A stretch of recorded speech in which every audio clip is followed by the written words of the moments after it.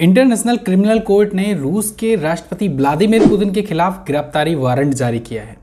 International criminal court यानी ICC का कहना है कि पुतिन ने यूक्रेन में वार क्राइम किए हुए हैं और साथ ही साथ वो यूक्रेनी बच्चों के अपहरण और डिपोर्टेशन के अपराध के लिए भी जिम्मेदार है।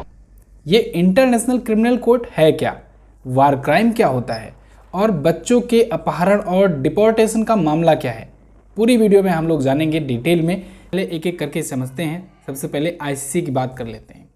आईसीसी आप इंटरनेशनल क्रिकेट काउंसिल मत समझिएगा, यहाँ पर आईसीसी इंटरनेशनल क्रिमिनल कोर्ट की बात की जा रही है। ये नीदरलैंड के हेग में स्थित एक अस्थायी इंटरनेशनल कोर्ट है। 1998 में इसकी स्थापना करी गई थी और रोम स्टैट्यूट को इसका कानूनी अधिकार या कहें अधिनियम माना जाता है, जिसके तहत ये केवल 4 अपराधों के लिए जिम्मेदारी तय करता है, जिसमें है नरसंहार, मानवता के खिलाफ अपराध और आक्रामकता का अपराध। इसका काम इंटरनेशनल क्रिमिनल जस्टिस के जरिए दोषियों को दंडित करना होता है। आईसीसी के 123 सदस्य हैं, लेकिन इंटरेस्टिंग बात यह है कि रूस और यूक्रेन दोनों ही इसके सदस्य नहीं हैं और यही वजह है कि रसिया ने इसके सभी आरोपों को खारिज भी कर दिया और साथ ही साथ ये भी कहा कि आप मेरा कुछ नहीं बिगाड़ सकते। रूस के विदेश मंत्रालय की जो प्रवक्ता हैं मारिया जखारोवा, इनका कहना यह है कि कानूनी तौर पर रूस के लिए इस गिरफ्तारी वारंट का कोई मतलब ही नहीं है, क्योंकि रसिया इंटरनेशनल क्रिमिनल कोर्ट के रोम स्टैट्यूट का हिस्सा है ही नहीं।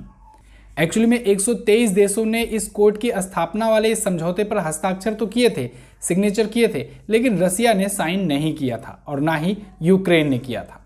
इसी वजह से रसिया पर आईसीसी का कोई भी फैसला हो उस पर कोई असर नहीं पड़ेगा। अब आपको इतना तो समझ में आ गया होगा कि इंटरनेशनल क्रिमिनल कोर्ट ने जो फैसला सुनाया है इसका कोई मतलब तो है नहीं, रसिया पर इफेक्ट नहीं देखने को मिलेगा। तो क्या इसके बावजूद भी आईसीसी पुतिन को गिरफ्तार कर सकती है? नहीं, क्योंकि आईसीसी के पास किसी भी देश के लीडर को गिरफ्तार करने की कोई शक्तियां नहीं हैं। और ऐसा इसलिए है क्योंकि आईसीसी के पास खुद का कोई फोर्स नहीं है, खुद की कोई पुलिस बल नहीं है। इंटरनेशनल लॉ के मुताबिक आईसीसी किसी भी देश के लीडर को दोषी तो ठहरा सकता है, उसके खिलाफ गिरफ्तारी वारंट भी जारी कर सकता है, लेकिन उसकी गिरफ्तारी के लिए दुनिया भर के देशों पर ही निर्भर रहता है। मतलब खुद से, क्योंकि उसके पास कोई फोर्स नहीं है, इसलिए खुद से गिरफ्तार नहीं कर सकता। अगर गिरफ्तारी होनी होगी तो 2 तरीकों से की जा सकती है। पहला, या तो पुतिन को प्रत्यार्पित किया जाए और दूसरा, पुतिन को रूस के बाहर किसी और देश में गिरफ्तार किया जाए, और जो कि नामुमकिन सा है, क्योंकि रूस के बाहर किसी और देश में पुतिन को गिरफ्तार कब किया जाएगा, जब वो जाएंगे ही नहीं। हाँ, एक मामला बैठ सकता है जब क्योंकि अभी रसिया की तरफ से कहा गया है कि पुतिन इंडिया में आएंगे G20 समिट में। अब उसमें क्या होगा ये तो देखने वाली बात होगी। अब दूसरा मामला समझते हैं बच्चों के अपहरण का। रसिया की चाइल्ड राइट कमिश्नर हैं, उनके खिलाफ भी वारंट जारी किया गया है। न्यूयॉर्क टाइम्स के एक रिपोर्ट के मुताबिक ये बताया गया है कि रसिया की चाइल्ड राइट कमिश्नर मारिया लावोवा-बेलोवा जो हैं, उनके खिलाफ भी गिरफ्तारी वारंट जारी किया गया है, क्योंकि जंग शुरू होने के कुछ दिन बाद से रसियन सैनिकों पर यूक्रेन के बच्चों को अपहरण करने के आरोप लगे। ऐसा कहा जा रहा था कि रसिया इनकी बच्चों की किडनैपिंग कर रहा है और साथ ही साथ उन बच्चों को यूक्रेन से रसिया में भेजा जा रहा है। हालांकि मारिया लावोवा-बेलोवा ने हमेशा रसिया के इस काम को देशभक्ति और मानवीय प्रयास बताया। उन्होंने कहा कि बच्चों को जो बेघर हो गए हैं उन यूक्रेनी बच्चों को अडॉप्ट करके भेजा जा रहा है रसिया में, यानी कि रसिया में वो जब जा रहे हैं तो उनको गोद लिया जा रहा है, वहाँ के फैमिलीज के पास जिनके पास बच्चे नहीं हैं वो गोद ले रहे हैं बच्चों को। तो ये एक मानवीय प्रयास है। अब तीसरा चीज़ जानते हैं वार क्राइम क्या होता है, क्योंकि आरोप तो वार क्राइम का लगा है। तो वार क्राइम का मतलब हुआ कि वार का क्राइम यानी युद्ध के समय अपराध, युद्ध अपराध जिसे हिंदी में कह सकते हैं। तो देखो, युद्ध करने के भी कुछ नियम होते हैं।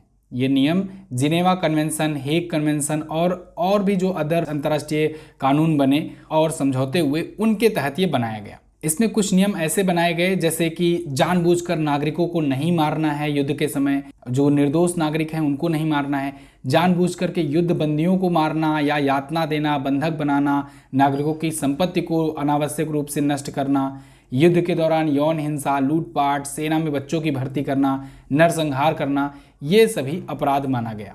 यूनाइटेड नेशन के अनुसार 20वीं सदी की शुरुआत में ही ये युद्ध नियमों को बनाया गया था।